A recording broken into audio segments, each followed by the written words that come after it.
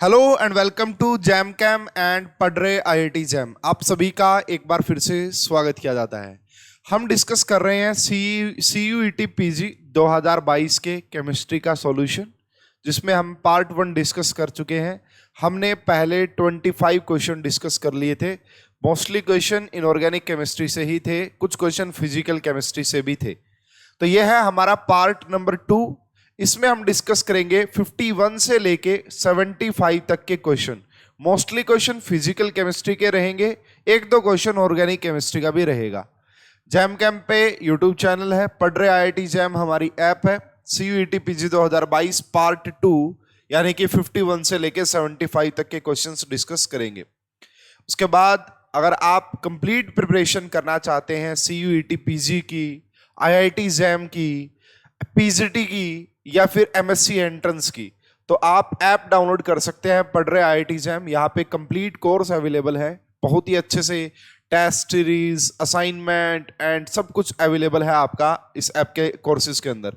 आप हमसे टेलीग्राम से भी जुड़ सकते हैं। टेलीग्राम चैनल के लिए आपको सर्च करना जैम कैम 2020।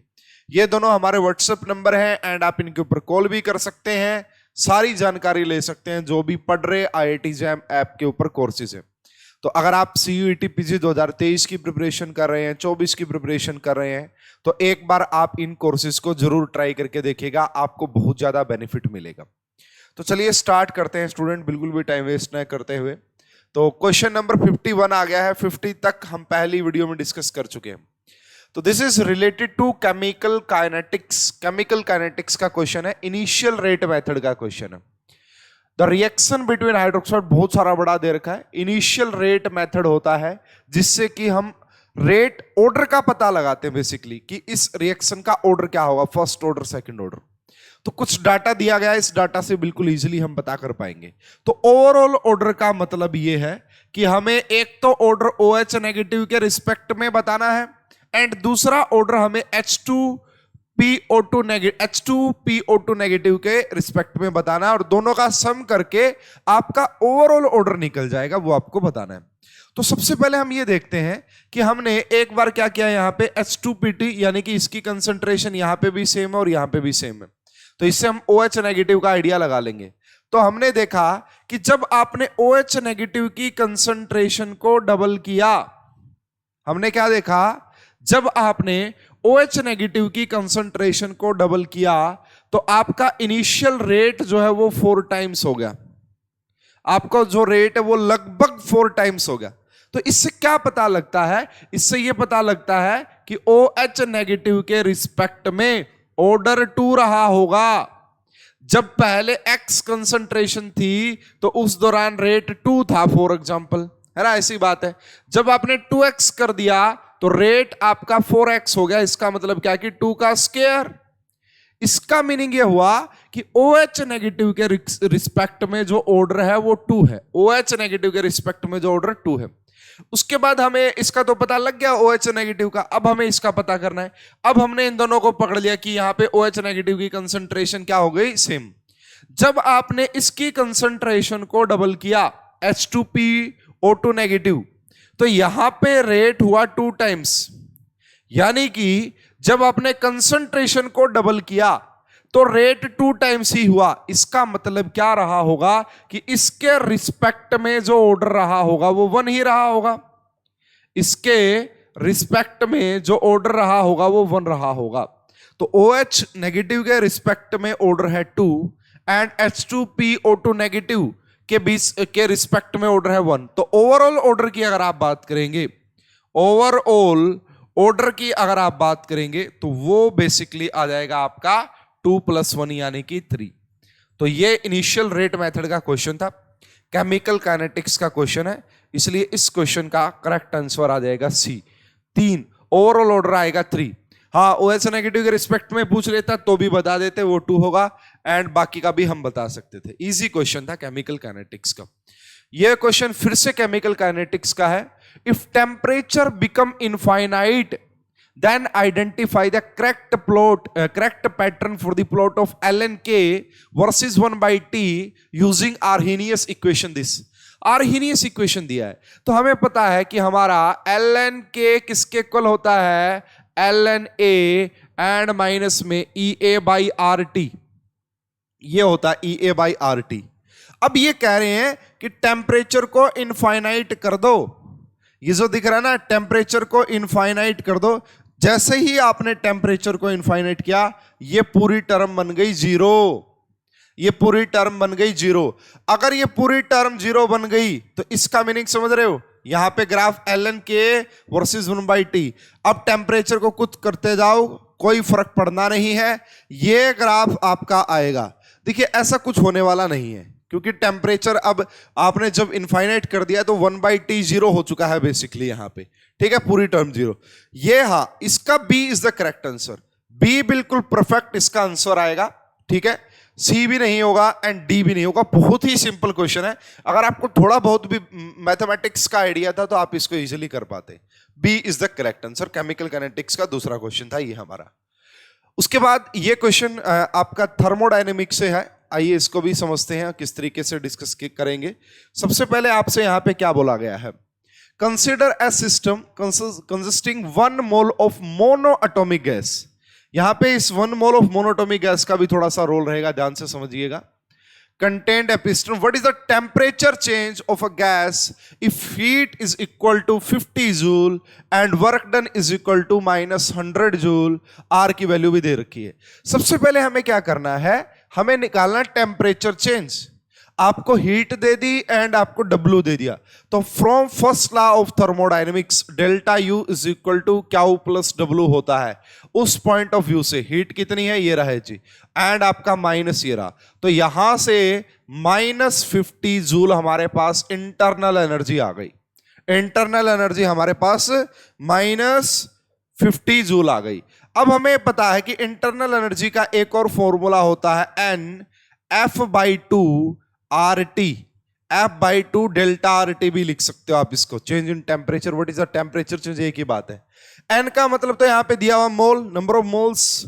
F का मतलब होता है degree of freedom, degree of freedom, ठीक है। तो मोनोटॉमिक गैस के लिए डिग्री ऑफ फ्रीडम कितने होते हैं जी, 3। मोनोटॉमिक के लिए कितने होते हैं डिग्री ऑफ फ्रीडम, 3। तो यहां से देखिए, अगर हम बात करें -50 इज इक्वल टू N की वैल्यू 1 हो गई, 3/2 R की वैल्यू आपका 8.31 हो गई, इंटू में डेल्टा T, ये रहा। इसको यहां लेके आओ, ये -100 डिवाइड करो 3 इंटू आपका इससे, तो जैसे ही आप इसको डिवाइड करेंगे तो ये आ जाएगा -4 डिग्री सेल्सियस। क्या आ जाएगा यहां से आंसर आपका, -4 degree Celsius is the correct answer, ठीक है। तो इस तरीके से आप इस क्वेश्चन को निकाल सकते थे। सो इस क्वेश्चन का करेक्ट आंसर आ जाएगा B, इस क्वेश्चन का करेक्ट आंसर आ जाएगा आपका B। इस तरीके से आप इस क्वेश्चन को निकाल सकते थे। सिंपल है question, first law of thermodynamics, उसके बाद इंटरनल एनर्जी का ये वाला फॉर्मूला यूज करना था, इजीली हम इस क्वेश्चन को निकाल पा रहे थे। थर्मोडायनेमिक्स का ये क्वेश्चन था, ठीक है। देखिए जो थर्मोडायनेमिक्स पूछी है ना, वो बहुत हाई लेवल की नहीं पूछी। हम ऐसा बोल सकते हैं कि जेई लेवल की थर्मोडायनेमिक्स पूछी हुई है ना, ज्यादा डीप नहीं पूछा। तो नेक्स्ट क्वेश्चन देखिएगा आप, for a cyclic irreversible process. देखिए यहां पे पहली बात तो इरिवर्सिबल के ऊपर भी फोकस करना पड़ेगा। For a cyclic irreversible process the total work done by the system, work done by the system and work done on the system में भी बड़ा डिफरेंस होता है साइन कन्वेंशन का, तो ये बात ध्यान रखिएगा। साइक्लिक इरिवर्सिबल प्रोसेस के लिए work done by the system is always negative, irreversible के लिए हमेशा ऑलवेज नेगेटिव होगा बाय द सिस्टम के द्वारा। ये ध्यान ही रखना है आपको, इसमें कुछ ज्यादा एक्सप्लेनेशन के लिए रहेगा नहीं। B is the correct answer. और जो भी मैं आपको आंसर बता रहा हूं वो CUET PG के रिवाइज्ड एंड फाइनल आंसर की के अकॉर्डिंग बताता हूं, तो इस बात का बिल्कुल ध्यान रखिए कि एक भी क्वेश्चन इधर से उधर मतलब गलत आंसर नहीं मिलेगा आपको। नेक्स्ट क्वेश्चन फिर से थर्मोडायनेमिक्स से पूछा गया है, which of the following are not state function. देखिए हमारे पास दो टाइप के फंक्शन होते हैं, एक पाथ फंक्शन होता है एंड दूसरे स्टेट फंक्शन होते हैं।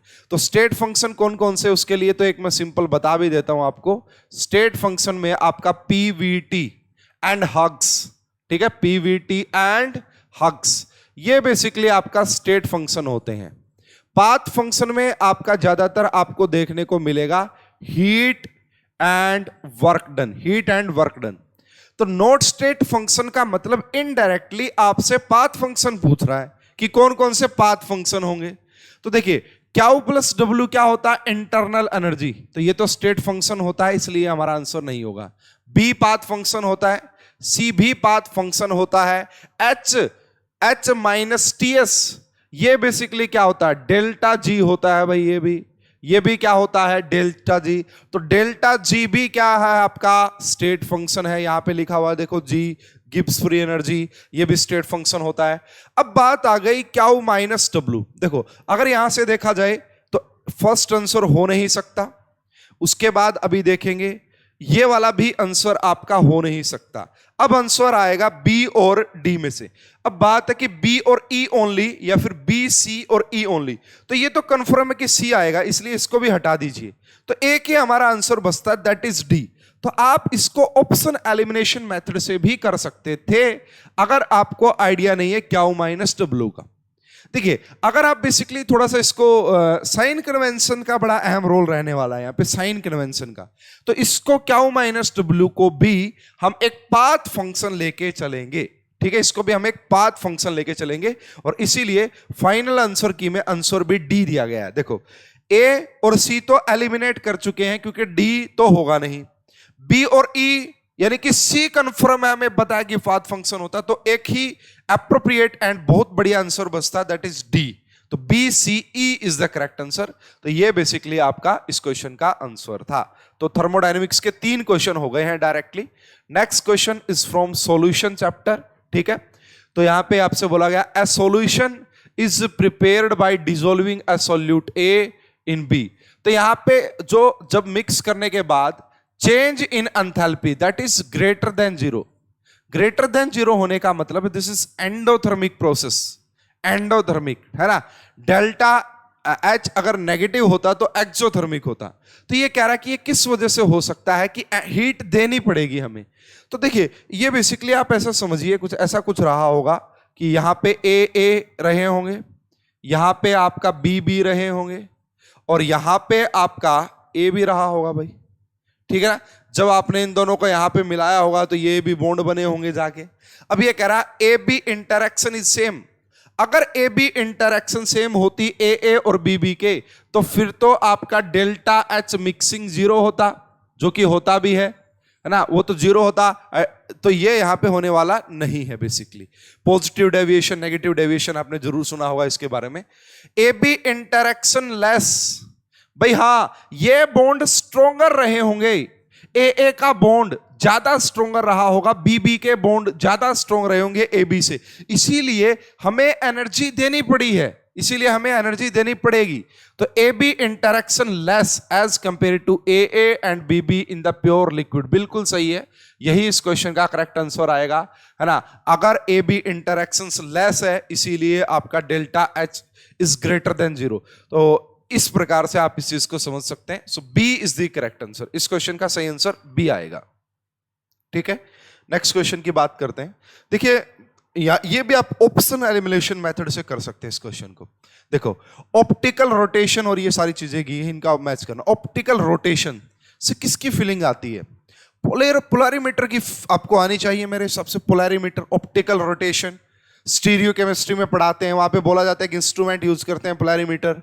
तो इसलिए आप इसको कर सकते हैं यहां से। तो फर्स्ट का ए आ गया, फर्स्ट का सेकंड, तो 2 ऑप्शन एलिमिनेट हटा दो भाई, ए और बी में से आंसर आएगा। उसके बाद देखते हैं भाई यहां पे देखो रिलेटिव विस्कोसिटी लिखा हुआ है, तो ओस्टवाल्ड विस्कोमीटर सिंपल लिखा हुआ है भाई, विस्कोसिटी तो विस्कोमीटर, तो इसका मतलब है सी का 4th आएगा। सी का 4th इसमें दिया हुआ है, तो इसका मतलब ये भी काट दो, बच गया ये। सरफेस टेंशन को माप लेना भाई, अच्छा रिफ्रैक्टिव इंडेक्स को रिफ्रैक्ट्रोमीटर से मापेंगे, तो इसका 3rd हो गया बी का। तो इस प्रकार से आप इस क्वेश्चन का करेक्ट आंसर कर पाते हैं। ए इज द करेक्ट आंसर, ठीक है, ए is the correct answer. Simple question था ये, ज्यादा कोई टफ था नहीं। Next question, yes, chemical equilibrium से भी 2 क्वेश्चन पूछे गए थे, एक ये और एक इससे अगला। सिंपल है, ली चैटलियर प्रिंसिपल से ये क्वेश्चन आपसे पूछे गए हैं। तो what is the effect of pressure, pressure का क्या इफेक्ट होगा अगर ये कंडीशन है। तो देखिए स्टूडेंट, अगर डेल्टा एनजी 0 होता है, अगर डेल्टा एन जी जीरो होता है, ली चैटलियर प्रिंसिपल की बात बता रहा हूं मैं, अगर डेल्टा एन जी जीरो हो तो वहां पे प्रेशर एंड वॉल्यूम का कोई रोल नहीं होता है। अगर डेल्टा एन जी जीरो हो तो वहां पे प्रेशर एंड वॉल्यूम का कोई रोल नहीं होता है। तो यहां पे देखिए N2 गैस, ये वेल नोन, हमें पता ना भी पता हो तो मैंने मेरे लेक्चर्स में बताया आपको गैस मानना है। तो यहां से जब आप डेल्टा एन जी निकालेंगे ना, तो यहां से देखिए 2 एंड यहां से फिर से 1 + 1 2 0, तो डेल्टा एन जी जीरो हो गया। तो यहां पे प्रेशर एंड वॉल्यूम का कोई लिंक होने वाला नहीं है। तो ये कह रहा है reaction moves in the forward direction increasing pressure, ना जी ना, ऐसा कुछ होगा ही नहीं। ठीक है, reaction moves in the backward direction, भाई कुछ नहीं होगा, C is the correct answer. Reaction remains unaltered with increasing pressure. ठीक है, कहने का मतलब है प्रेशर को बढ़ाओ, प्रेशर को घटाओ, उसका कोई फर्क पड़ना नहीं है, उसका कोई फर्क पड़ना नहीं है, वो वैसे की वैसे रहेगी। क्यों नहीं पड़ना? क्योंकि यहां पे डेल्टा एन जी जीरो है। इसके पीछे के रीजंस भी हैं और वो ऑलरेडी कोर्स में मैंने अच्छे से कवर करवाए भी हैं। इसके पीछे का एक बहुत वेल रीजन है। हाँ, वहीं पे अगर ऐसा हो जाता याद करो Haber process, delta n g is less than zero, तो उसके लिए मैंने ट्रिक भी बताई हुई है आपको, HPLV। उसके लिए मैंने आपको ट्रिक भी बताई हुई है, HPLV। अगर डेल्टा एन जी की वैल्यू लेस देन जीरो है तो वहां पे हाई प्रेशर रखना है एंड लो वॉल्यूम रखनी है। अगर आप प्रोडक्ट फेवरेबल चाहते हैं, आप चाहते हैं कि आपकी रिएक्शन फॉरवर्ड डायरेक्शन में प्रोडक्ट बनाए, तो फिर आपको हाई प्रेशर रखना होता है और लो वॉल्यूम रखनी होती है। लेकिन delta n g zero, pressure और वॉल्यूम से कुछ भी इफेक्ट पड़ना नहीं है इक्विलिब्रियम के ऊपर। नेक्स्ट क्वेश्चन को समझते हैं स्टूडेंट। ये वही क्वेश्चन है, फिर से ली चैटलियर प्रिंसिपल का क्वेश्चन है, थोड़ा सा अलग तरीके से मॉडिफाई किया है। When a sample of NO2 is placed in container, ये दे रखा सब कुछ। If equilibrium mixture is darker colour at high temperature and low pressure, Which one of the following statement about this reaction is true? सबसे पहले देखो, ऐसे question में आपको डेल्टा एन जी देखना है, तो डेल्टा एन जी आ गया 1 - 2 = -1। डेल्टा एन जी -1 आते ही आपको याद रख लेना HPLV। क्या रख लेना है? HPLV, high pressure low volume. अगर आप चाहते हो कि N2O4 बने तो आपको प्रेशर कैसा रखना है? हाई, बट इसने कैसा रख रखा है? लो।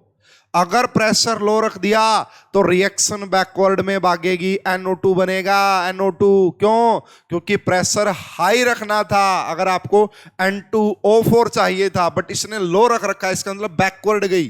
ठीक है, अच्छा दूसरी बात, अब ये देखिए NO2 अगर आपने केमिकल बॉन्डिंग में भी पढ़ा, एक ओड इलेक्ट्रॉन स्पीसीज होता है, अनस्टेबल है। अनस्टेबल से स्टेबल में जाओगे तो अमाउंट ऑफ एनर्जी रिलीज होगा, अनस्टेबल से स्टेबल में जाओगे तो अमाउंट ऑफ एनर्जी रिलीज होगा। तो ये रिएक्शन एक्सोथर्मिक है, हीट निकल रही है। ठीक है, और हाई टेम्परेचर रख रहा है वैसे भी, तो हीट निकल रही है यहां से ऑलरेडी। चलिए, तो क्या ये एंडोथर्मिक होगी? एंडोथर्मिक तो नहीं होने वाली भाई। क्यों? क्योंकि ये बेसिकली एक्सोथर्मिक रिएक्शन होगी। This reaction is exothermic. ठीक है, उसके बाद NO2 is darker in colour than N2O4, ये बात बिल्कुल सही है। NO2 होगा डार्कर कलर का, रीजन N2O4 नहीं बन रहा है ज्यादा। क्यों नहीं बन रहा है? क्योंकि according to pressure, low pressure की वजह से ये जो बैकवर्ड डायरेक्शन में जा रही है, NO2 ज्यादा बनेगा। NO2 इसीलिए लिखा हुआ NO2 इज डार्कर। होप कि आप इस क्वेश्चन को समझ पाए होंगे, मेरी एक्सप्लेनेशन को समझ पाए होंगे। So D is the correct answer. Chemical equilibrium के 2 क्वेश्चन पूछे गए थे, दोनों ही बहुत ही बेहतरीन क्वेश्चंस थे। ठीक है, चलिए भाई नेक्स्ट क्वेश्चन की बात करते हैं। भाई ये क्वेश्चन स्टूडेंट्स, पहली बात तो ये लिख लें कि इस क्वेश्चन का CUET ने दिया है मार्क्स टू ऑल। भाई जो मेरे प्रीवियस ईयर देख के गए थे 2021 वाले, चैनल पे अवेलेबल है।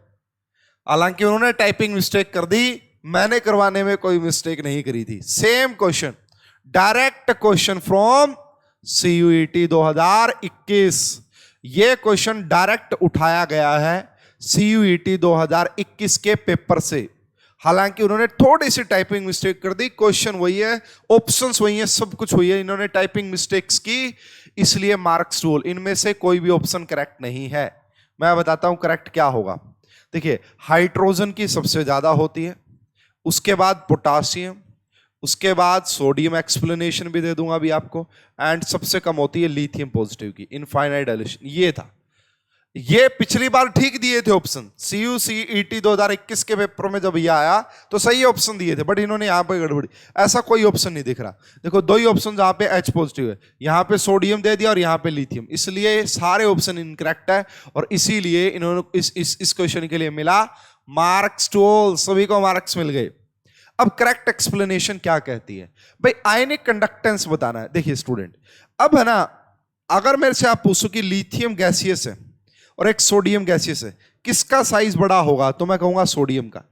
बट अगर आप मुझसे पूछो कि भाई एक है लिथियम एक्वस, एक है सोडियम एक्वस और एक है पोटासियम एक्वस, किसका साइज बड़ा, सबसे बड़ा साइज लिथियम एक्वस का होगा। देखिए जो गैसियस फेज में जितना छोटा है ना, एक्वस फेज में उसका हाइड्रेशन उतना ज्यादा होता है। जितना ज्यादा हाइड्रेशन होगा उतना हैवी हो जाएगा, उतना बड़ा साइज हो जाएगा, और जितना बड़ा साइज होगा उतनी मोबिलिटी कम हो जाएगी, और जितनी मोबिलिटी कम होगी आयनिक कंडक्टेंस कम हो जाएगा। आयनिक कंडक्टेंस तो पोटासियम का सोडियम से ज्यादा एंड लिथियम से, एंड H पॉजिटिव का सबसे ज्यादा होता ही है इन सभी में, ठीक है। इसलिए इनमें कोई आंसर करेक्ट नहीं दिया, लेकिन इस क्वेश्चन का करेक्ट आंसर ये आएगा। हालांकि मार्क्स टू ऑल मिल गए थे लास्ट ईयर, हो सकता है फिर से रिपीट करें, तो ध्यान रखिएगा इस क्वेश्चन को। नेक्स्ट क्वेश्चन की बात कर लेते हैं student. From solid state Miller indices बहुत ही सिंपल होते हैं, निकालने में कोई प्रॉब्लम नहीं होती। 2A दिया है यहाँ पे, 3B दिया है एंड 2C, तो इसको क्या करो 1/2, इसको क्या करो 1/3, इसको क्या करो 1/2। अब इनका क्या ले लो फ्रैक्शन, फ्रैक्शन आएगा 6 आएगा, तो यहां बचेगा 3, यहां बचेगा 2 और यहां बचेगा 3। This is the Miller indices, this is the simplest ratio and this is the Miller indices, so B is the correct answer. इससे सिंपल क्या हो सकता है, देखो जो दिए थे इंटरसेप्ट दिए थे, एक्सिस दी थी 2A3, उसको क्या किया 1/2, 1/3, 1/2। इनका एक हमने क्या ले लिया भाई, मतलब 6 आएगा, उसको डिवाइड करोगे 3, 2, 3। This is the Miller indices, simple, बहुत ही सिंपल। B is the correct answer, मेरे हिसाब से कोई प्रॉब्लम नहीं होनी चाहिए। लो जी, फिर से वही हमारा सीटी तो हरिओम बजाता था, है ना, सीटी तो हरिओम बजाता था, है ना। बहुत बच्चे खुश होते हैं जब ऐसे ऐसे क्वेश्चंस उनको मिलते हैं जो मैंने बहुत अच्छे से विद ट्रिक्स करवाए हुए हैं। तो भाई बहुत सारे बच्चों के लिए हो सकता है कि बहुत मुश्किल हो, लेकिन सीटी तो हरिओम बजाता था 11, 12, 21, 22, 31, 32, 33, बात खत्म, है ना, कभी आ जाए चाहिए। तो भाई ट्राई क्लिनिक का मतलब देखो हमारा, वैसे भाई ट्रिक के लिए आप वीडियो देख लीजिएगा, मैंने ऑलरेडी वीडियो डाली हुई है, यूट्यूब पे भी है और कोर्स वाले बच्चों को तो मिल ही गई होगी। तो यहां से देखो क्या लिखना है, सीटी तो हरिओम बजाता था, सीटी तो हरिओम बजाता था, ठीक है। तो 11, 12, 21, 22, 31, 32 एंड 33 था, बजाता का कोई मीनिंग नहीं होता। तो था का मतलब ट्राई क्लिनिक, तो 3 का मतलब तीनों डिफरेंट। तो यहां पे देखो तीनों डिफरेंट और 2 एंगल आपका डिफरेंट, तीनों डिफरेंट कहां पे दिख रहे हैं, ट्राई क्लिनिक में भी दिख रहे हैं। अच्छा ये तो पेयर बनाने अपने को, तो ट्राई क्लिनिक का यहां पे भी तीनों डिफरेंट है, यहां पे भी तीनों डिफरेंट है, एंड यहाँ 33 आएगा, ये 33। तो भाई देखो ट्राई क्लिनिक के लिए क्या होता है, तीनों एज लेंथ डिफरेंट होती है एंड तीनों एंगल डिफरेंट होते हैं। तो कहां पे नजर आ रहा है ऐसा, ये रहा जी, ये रहा तीनों एंगल, ये रहा। तो फर्स्ट का बी हटा दो जी, बी ऑप्शन को। उसके बाद मोनोक्लिनिक 3, 2, तीनों एज लेंथ डिफरेंट, तीनों एज लेंथ डिफरेंट ये रही, और 2 एंगल सेम, 2 का मतलब 2 एंगल सेम रहेंगे। तो ये कहां से आ रहा है जी, ये कहां से आ रहा है, तो ये आ गया जी फर्स्ट, बी का आ गया फर्स्ट, तो इस क्वेश्चन का करेक्ट आंसर आ गया ए। सी का ऑर्थोरोम्बिक 31 का आ गया जी ये फोर्थ, क्यों, तीनों एज लेंथ डिफरेंट। ये पूरी ट्रिक मैंने एक्सप्लेन की, आप देख लीजिएगा। ए इज द करेक्ट आंसर, बहुत ही सिंपल होता है, बच्चों वाला क्वेश्चन है, ज्यादा कुछ इसमें एक्सप्लेन करने के लिए है भी नहीं, ट्रिक जिसको आती है वो इजिली कर देगा। Next question, the process of removing ions molecules from a sol. देखिए सिलेबस में कहीं पे भी सरफेस केमिस्ट्री, एडजॉर्प्शन, कोलाइडल, क्लाइटालिसिस कुछ मेंशन नहीं था, क्वेश्चन आया हुआ है इसलिए पढ़ के जाना, ठीक है ना। तो ये रहा, the process of removing ions and molecules from a sol by diffusion through membrane, permeable membrane इसको हम बोलते हैं डायलिसिस। क्या बोलते हैं भाई इसको? Dialysis. B is the correct answer. ज्यादा कुछ एक्सप्लेन करने वाला है नहीं, ऑलरेडी बच्चों को पता होता है। नेक्स्ट क्वेश्चन, केमिकल बॉन्डिंग से रिलेट कीजिएगा, एमओटी से रिलेट कीजिएगा। इंटर एटॉमिक डिस्टेंस बताना है, बॉन्ड लेंथ बतानी है। क्या बतानी है? Bond length. तो हमें यह बात पता होती है कि bond length is inversely proportional to bond order. Bond length is inversely proportional to bond order. तो इनका बॉन्ड ऑर्डर निकालना बड़ा आसान होता है। कैसे? देखिए, B2 10 इलेक्ट्रॉन सिस्टम, इसका बॉन्ड ऑर्डर होता है 1। B2 नेगेटिव, इसका बॉन्ड ऑर्डर होता है 1.5 एंड B2 पॉजिटिव, इसका बॉन्ड ऑर्डर होता है 0.5। बात खत्म, बस। तो सबसे ज्यादा बॉन्ड ऑर्डर किसका? B2 इसका। तो इसकी बॉन्ड लेंथ सबसे छोटी होगी और सबसे बड़ी बॉन्ड लेंथ किसकी होगी? B2 पॉजिटिव की। तो ये ऑप्शन हो नहीं सकता, ये ऑप्शन हो नहीं सकता। सी इस क्वेश्चन का पक्का आंसर आ जाएगा। सी इस क्वेश्चन का पक्का आंसर आ जाएगा। तो एमओटी से आपको बॉन्ड ऑर्डर निकालना सिखाया जाता है। एंड मैं आपको यहाँ पे एमओ डायग्राम बना के दिखाने वाला नहीं हूँ, बड़े बड़े सिंपल हमारे पास मेथड है, ट्रिक्स है, उससे हम निकाल लेते हैं ऑलरेडी। ठीक है, होप कि आपको ये क्वेश्चन समझ में आ गया होगा। नेक्स्ट क्वेश्चन की बात करते हैं। A wave function for a particle in a box sketched below, what is the value of quantum number x. यहां पे आपको जो ये एक्स क्वांटम नंबर बताना है कि कौन सा, और बेसिकली प्रिंसिपल क्वांटम नंबर आपसे पूछ रहे हैं। तो इस ग्राफ को देखने से, इस डायग्राम को देखने से दो बातें पता लग रही हैं। देखिए, ये बेसिकली यहां पे एक नोड ये रहा और दूसरा नोड ये रहा, दो नोड है यहां पे दो नोड है। तो हमें पता होता है कि हमारे पास फॉर्मूला क्या होता है? नंबर ऑफ नोड्स किसके इक्वल होता है? n-1। नंबर ऑफ नोड्स किसके इक्वल होता है? n-1। तो यहां पे दो नोड हैं, इज इक्वल टू n-1। यह यहां जाएगा, n की वैल्यू कितनी आ गई? 3। इसका मतलब यहां पे n x यहां पे लिखा हुआ है, इन्होंने x लिखा होता है, x बोल दो, 3 इज द करेक्ट आंसर। यहां पे आपका n क्या रहा होगा? 3 रहा होगा, x क्या रहा होगा? 3। सिंपल क्वेश्चन था।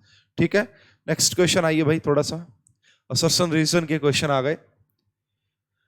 The density of diamond is much higher than that of ice, though both solids adopt analogous structure. ठीक है, okay. Ice lattice is held by hydrogen bond which are significantly weaker than the covalent carbon-carbon bonds. ठीक है, देखिए hydrogen bonds basically क्या होते हैं? Hydrogen bonds are secondary bonds और वो वीक होते हैं, और covalent bond is primary bond. Hydrogen bond molecules के बीच में बनता है एंड कोवलेंट बॉन्ड एटम्स के बीच में बनता है। तो primary bonds are more stronger than secondary bonds. तो सेकंड स्टेटमेंट तो बिल्कुल ठीक लग रही है, लेकिन the density of diamond is much higher than, तो मेरे हिसाब से मुझे कोई लॉजिक नहीं लग रहा है ना, कोई एग्जैक्ट लॉजिक नहीं लग रहा है इन दोनों बातों में। ठीक है, तो इस क्वेश्चन का मे भी हो सकता है कि करेक्ट आंसर बी दिया हो, है ना। मे बी इस क्वेश्चन का करेक्ट आंसर बी। बातें दोनों ही ठीक है, डायमंड की डेंसिटी ज्यादा होती है, नीचे वाली भी बात ठीक है, लेकिन एग्जैक्ट एक्सप्लेनेशन है नहीं। ठीक है, फिर भी मैं एक बार इसको अपने एंड से क्रॉस चेक जरूर कर लूंगा, ताकि आपको भाई कोई चीज गलत इंफॉर्मेशन ना चली जाए आपके पास। ठीक है, तो भाई इसका हालांकि आंसर ए दिया हुआ है भाई, इसको एक बार आप जरूर करेक्ट करें। इसका आंसर ए दिया हुआ है, तो इसको किस तरीके से लिंक किया गया देखते हैं। Density of diamond is much higher than that of IS through both. देखिए, सॉलिड्स अडॉप्ट एनालोगस स्ट्रक्चर। ठीक है, ice lattice is held by hydrogen bond which is significantly weaker than covalent carbon carbon bonds. बात ठीक है, ये बात ठीक है, और इसका आंसर ए दिया हुआ। भाई देखो अब इन्होंने किस तरीके से इसको माना है, तो ऑफिशियल आंसर की में इसका आंसर ए दिया हुआ, तो आप देख लीजिएगा थोड़ा सा इसको किस तरीके से रिलेट किया गया है, तो आप अपने एंड से देख लीजिएगा एक बार। मेरे हिसाब से तो कुछ ज्यादा मैच कर नहीं रहा है, लेकिन जो दिया हुआ वो अपने को मानना पड़ेगा। ठीक है, नेक्स्ट क्वेश्चन की बात करते हैं भाई। ये सिंपल क्वेश्चन है, रेडियो एक्टिविटी से, कहीं पे नाम नहीं लिखा हुआ लेकिन क्वेश्चन पूछ रखा है, तो आपको आना चाहिए। हालांकि बेसिक क्वेश्चन है। देखो भाई, रेडियो एक्टिव रिएक्शंस की खास बात क्या होती है? वहां पे ए और जेड सेम होता है बस, है ना। वहां आइटम्स को नहीं देखते हम, वहां पे जो सिंपल रिएक्शंस होती है, केमिकल रिएक्शंस, वहां पे एटम्स को बैलेंस किया जाता है। यहां पे आपका mass number and atomic number को बैलेंस किया जाता है, बात खत्म। 238 + 4 कितना हो जाएगा यहाँ पे? मास नंबर m क्या हो जाएगा यहाँ पे? तो 242 एंड ये कितना हो जाएगा? 94। उसके बाद एक यहां से निकल भी गया, न्यूट्रॉन निकल गया, इसका मतलब क्या रह गया होगा, ये m क्या रह गया होगा 241, 241, और a क्या रह गया होगा इसके अकॉर्डिंग a 94। तो आपसे पूछा है द नंबर ऑफ न्यूट्रॉन, इस x के अंदर कितने न्यूट्रॉन प्रेजेंट होंगे। तो न्यूट्रॉन कैसे निकालते हैं, मास नंबर माइनस में atomic number, mass number minus में एटॉमिक नंबर। यहां से गया 7, यहां से गया 4 और यहां से गया 1, 147 इज द करेक्ट आंसर। सो इस क्वेश्चन का सही आंसर आ जाएगा ए, इस क्वेश्चन का सही आंसर आ जाएगा ए। सिंपल क्वेश्चन था, ज्यादा कुछ इसमें है था नहीं। A commercial FM radio station operate at 100 megahertz. The wavelength बतानी है भाई, फ्रीक्वेंसी दे रखी है, वेवलेंथ बतानी है। देखो बहुत सारे फार्मूले हो सकते हैं, E is equal to H C by lambda होता है, और ये एच सी बाई लैम्डा ही क्या होती है, फ्रीक्वेंसी, फ्रीक्वेंसी होती है ये सी बाई लैम्डा। ठीक है, तो आपको यहां से लैम्डा पूछ रहा है तो सी बाई फ्रीक्वेंसी, तो सी की वैल्यू आपको यहाँ पे दे रखी है कितनी, 3 इंटू में 10 की पावर 8। स्पीड ऑफ लाइट हमें पता भी होती है, फ्रीक्वेंसी मेगा हर्ट्ज में दी हुई, इसको हर्ट्ज में कन्वर्ट कर लेंगे 100, और जब आप मेगा हर्ट्ज को हर्ट्ज में कन्वर्ट करोगे तो 10 की पावर 6। जब आप 1 मेगा हर्ट्ज को कन्वर्ट करेंगे हर्ट्ज में तो 10 की पावर 6। लो जी बात बन गई, ये 10 की पावर 8 से 10 की पावर 8 कैंसिल, तो 3 metre is the correct answer, 3 metre is the correct answer. तो बहुत ही सिंपल, बहुत ही सिंपल क्वेश्चन। ठीक है, तो नेक्स्ट क्वेश्चन की बात कर लेते हैं हम। देखिए इसमें ऐसा दिख रहा, बड़े बड़े क्वेश्चन बना दिए, केमिकल काइनेटिक्स का बड़ा सारा क्वेश्चन बना दिया, था कुछ नहीं उसमें, इलेक्ट्रोकेमिस्ट्री का बड़ा सारा क्वेश्चन। टाइम कम है एग्जाम में, तो आप आओ सीधे मुद्दे पे, ये मत देखो देख के डरो मत। बहुत ये देखो बिल्कुल बच्चों वाला क्वेश्चन पूछ रखा, बच्चों वाला question. This is anode half cell and this is cathode half cell. ये बोला कि ये इस रिएक्शन के लिए ये है। देखो यहां पे हमें ये पता लग रहा है कि इसका ऑक्सीडेशन हो रहा है, बट यहां से हमें ये पता लग रहा है इसका तो रिडक्शन पोटेंशियल गिवन है, इसका रिडक्शन पोटेंशियल गिवन है। तो आप इसका ऑक्सीडेशन पोटेंशियल निकालोगे, वो कितना आ जाएगा, ये रहा, ये आ गया जी, ऑक्सीडेशन पोटेंशियल आ गया। ये रिडक्शन पोटेंशियल दिया है इन्होंने, बट रिएक्शन में इसका ऑक्सीडेशन हो रहा था, दिस इज ऑक्सीडेशन पोटेंशियल, बस साइन ही तो चेंज होता है। यहां पे ये बता रहा है कि मेरा रिडक्शन हो रहा है और इसका रिडक्शन पोटेंशियल ही दिया, ठीक है ये रहा। अब आपसे बोल रहा है कि इनका इलेक्ट्रोड पोटेंशियल, एक तो इलेक्ट्रोड पोटेंशियल बता दो कितना होगा। तो भाई सिंपल सी बात है, अपने पास एक सिंपल सा फॉर्मूला होता है ई नोड सेल का, है ना भाई। एनोड ऑक्सीडेशन पोटेंशियल ले लो एनोड का, प्लस में रिडक्शन पोटेंशियल ले लो कैथोड का। ऑक्सीडेशन पोटेंशियल ले लो एनोड का और रिडक्शन पोटेंशियल ले लो कैथोड का। तो ऑक्सीडेशन पोटेंशियल ये, इन दोनों को जोड़ोगे आ जाएगा -1.1, दोनों को जोड़ो -1.1 आंसर आ जाएगा। तो इस अगर ये आते ही बी और डी को तो हटा दो, बी और डी को तो हटा दो, ए और सी में आंसर आएगा। अब ये कह रहा जिंक इलेक्ट्रोड क्या नेगेटिव होगा, अरे भाई दिस इज एनोड, और एनोड के ऊपर नेगेटिव चार्ज होता है। दिस इज कैथोड, कैथोड के ऊपर पॉजिटिव चार्ज होता है। तो zinc electrode is positive, zinc electrode is positive, so C is the correct answer, so C is the correct answer. कितना सिंपल क्वेश्चन, बट देखने से लग रहा है पता नहीं क्या ही पूछ लिया। बहुत सिंपल क्वेश्चन, बहुत हल्का क्वेश्चन आपसे पूछा गया था यहाँ पे। नेक्स्ट क्वेश्चन की बात करते हैं student, this is also related to solution chapter. ठीक है, एंथैल्पी ऑफ वेपराइजेशन दी है किलो जूल में। देखो डिफरेंस कहां पे, यूनिट में गड़बड़ी करवा रहा है आपसे। ये किलो जूल में गिवन है, ये जूल में गिवन है, और फॉर बेंजीन आपसे बॉइलिंग पॉइंट पूछ रहा है, बेसिकली टेम्परेचर पूछ रहा है। तो फॉर्मूला जो है टेम्परेचर का वो सीधा सा यही होता है, delta H vaporisation and delta S vaporisation. Value वगैरह देख लेना भाई, कैलकुलेशन कर लेना, आ जाएगा आंसर। ये आपका हो जाएगा, देखो इसको किलो जूल से जूल में कन्वर्ट कर लेना, ये हो गया, और नीचे आ गया ये, बस देख लेना भाई अपने हिसाब से, बैलेंस वैलेंस करके आंसर आ जाएगा। मुझे एग्जैक्ट नहीं पता कि इसका आंसर क्या आएगा अभी, ठीक है ना, एग्जैक्ट नहीं पता, आंसर जो भी आएगा आप देख लेना अपने हिसाब से। ये फॉर्मूला यही होता है, सिंपल, बहुत सिंपल फॉर्मूला है। Next, the phosphorescence wavelength is longer than, जो फॉस्फोरोसेंस वेवलेंथ होती है लॉन्गर देन होती है एब्जॉर्प्शन वेवलेंथ से। एब्जॉर्प्शन वेवलेंथ से जो है लॉन्गर होती है उसको हम फोस्फोरोसेंस वेवलेंथ बोलते हैं। सिंपल है, simple. Next question, which of the following statement is false? कौन सी स्टेटमेंट फॉल्स है? There are 4 vibration in modes in the carbon dioxide. बिल्कुल सही बात है जी, ये तो सही बात है। 4 वाइब्रेशन मोड्स होते हैं, 2 स्ट्रेचिंग वाले एंड 2 बेंडिंग वाले। स्ट्रेचिंग में symmetrical stretching, unsymmetrical stretching, bending में भी होते हैं भाई 2, 4 होते हैं, ठीक बात है, कोई दिक्कत नहीं है। IR spectrum of CO2 shows only 2 observation band, ठीक है, ये भी सही है, ये भी सही है, कोई दिक्कत नहीं है। IR active vibration bands must have change in dipole moment, बिल्कुल सही बात है, डाइपोल मोमेंट चेंज होगी तभी तो वो IR ठीक है। द वाइब बेंडिंग, ये गलत बात बोली गई है यहाँ पे, इसीलिए इस क्वेश्चन का आंसर आएगा करेक्ट डी। ये गलत कैसे बोली भाई, मैं बताता हूं। ये बोल रहा था bending mode of CO2 is IR inactive, नहीं भाई। देखिए मैंने बताया ना आपका, CO2 के 3 जो मोड होते हैं ना, 3 जो मोड होते हैं वो IR एक्टिव होते हैं। वो IR एक्टिव वो कौन से? एक तो होता अनसिमेट्रिकल स्ट्रेचिंग वाला, जहां पे अनसिमेट्रिकल स्ट्रेचिंग हो रही हो, अनसिमेट्रिकल स्ट्रेचिंग, एक तो वो, और दोनों बेंडिंग वाले। जो सिमेट्रिकल स्ट्रेचिंग होती है ना, वो IR इनएक्टिव होता है, क्योंकि वहां पे जो नेट डाइपोल मोमेंट है वो 0 होती है ना। तो इसलिए सिमेट्रिकल स्ट्रेचिंग का जो मोड ऑफ वाइब्रेशन होता है वो IR इनएक्टिव होता है।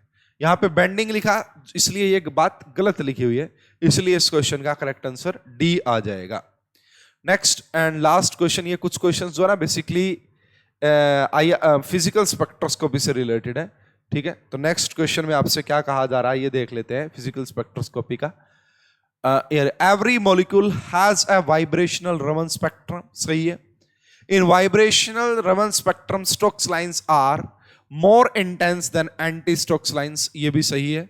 तो दोनों ही स्टेटमेंट आपका करेक्ट है, सो इसलिए इस क्वेश्चन का करेक्ट आंसर आ जाएगा ए, ठीक है। दोनों स्टेटमेंट करेक्ट है, ज्यादा कुछ समझाने का है नहीं, थ्योरेटिकल पॉइंट्स आपको आने चाहिए, ठीक है। नेक्स्ट क्वेश्चन, अब हमारी ऑर्गेनिक केमिस्ट्री के क्वेश्चंस आना स्टार्ट हो गए हैं। हालांकि इस वीडियो में तो 2 ही क्वेश्चन है, नेक्स्ट के सारे क्वेश्चन लगभग ऑर्गेनिक केमिस्ट्री से रहेंगे, पार्ट 3 के। तो यहां पे देखते हैं क्या कहा जा रहा है। When 2 sigma bonds on the same carbon cleavage, the following chargeless carbon species will be formed with 6 electron in the valence shell. तो वो क्या भाई, देखो बेंजाइन का तो फंडा ही अलग होता है ना, बेंजाइन का तो फंडा ही अलग होता है, नाइट्रीन का भी कुछ नहीं, क्योंकि देखो बात हो रही है कार्बन की, ठीक है। तो बोथ कार्बीन एंड बेंजाइन ऐसा भी नहीं है। तो देखो when 2 sigma bonds on the same carbon, एक ही कार्बन पे भाई 2 सिग्मा बॉन्ड बने हुए हैं, तो आप इनडायरेक्टली मैं आपको समझाने की कोशिश करता हूं। मान लो ये हो गया यहाँ पे कुछ इस प्रकार से, तो ये दोनों सिग्मा बॉन्ड कह रहा है कि ब्रेक कर दो, जैसे कि मैं अभी ब्रेक करके दिखा भी रहा हूं। ये कह रहा है दोनों ब्रेक कर दो, इस तरीके से ये रहा। तो इसके पास भी 1 इलेक्ट्रॉन बचा, इसके पास भी 1 इलेक्ट्रॉन बचा। मान लेते हैं कि ऐसी कुछ सिचुएशन आई।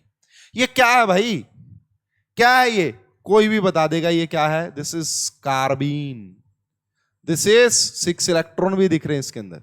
तो ये है हमारा कार्बीन। बहुत ही सिंपल सी बात, बहुत ही सिंपल सी बात, carbene, carbene is the correct answer. Next and last question इस वीडियो का हम डिस्कस कर लेते हैं, इसमें देख लेते हैं कि क्या कहा गया है।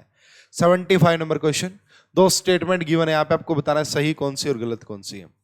साइक्लोप्रोपेन, ये रहा जी हमारा cyclopropane, is more prone to undergo ring opening reaction than cyclobutane. बिल्कुल सही बात है भाई, ये कह रहा है कि ज्यादा एक्टिव रहता है रिंग ओपन करने के लिए साइक्लोब्यूटेन के कंपैरिजन में साइक्लोप्रोपेन। बात बिल्कुल सही है।